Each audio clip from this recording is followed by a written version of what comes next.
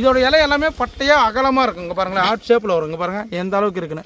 இந்த மாதிரி பெரிய பெரிய இலையாக தான் வரும். நீங்கள் மற்ற கொய்யா இலையோட இது கம்பேர் பண்ணும்போது வந்து பார்த்தீங்கன்னா இது பெரிய பெரிய இலையாக வரும்.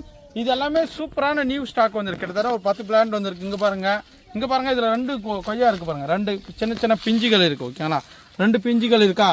இது பழுக்கும் போது வேறு லெவல் டேஸ்ட்டாக இருக்கும். இந்த மாதிரி வந்து பார்த்தீங்கன்னா ஃப்ரூட்டோடையும் இருக்குது, பூவோடையும் இருக்குது.